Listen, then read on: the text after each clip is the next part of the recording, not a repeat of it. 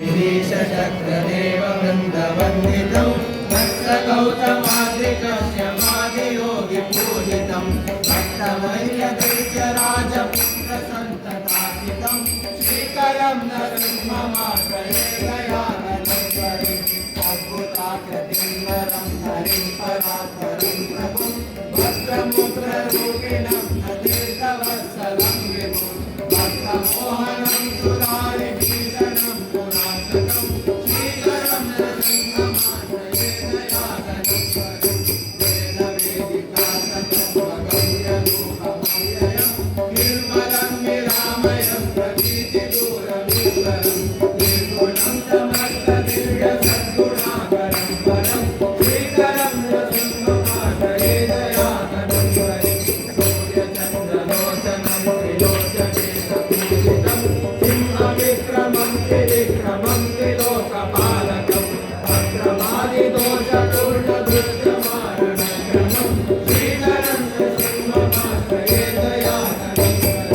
वेदनादशङ्किनं सुरारिकातिचङ्किनं दैत्यदानुदारिणीं गदायुधं भवामृतं कामरोपमोहकोपनाशिपद्मभूषितं श्रीकरं नरसिंहमाश्रये दयानन्दं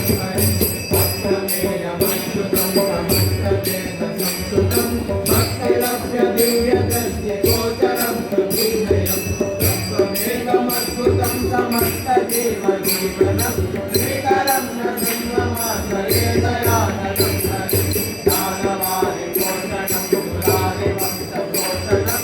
इन्द्रियेशमिन्दिरापतिं प्रदर्शमासिनं पाहि श्रीमतीय सर्वयोगिवर्यपूजितं श्रीकरं नरसिंहमाश्रये दयानन्दं भक्तविष्णुपूजितं विभीषणाभयस्मतं पाहि श्रीमतीय राघवेन्द्रनेत्रगोचरं पद्मधारि वाहनं भुजङ्गराजधारिणं श्रीकरं नरसिंहमाश्रये दयानन्दं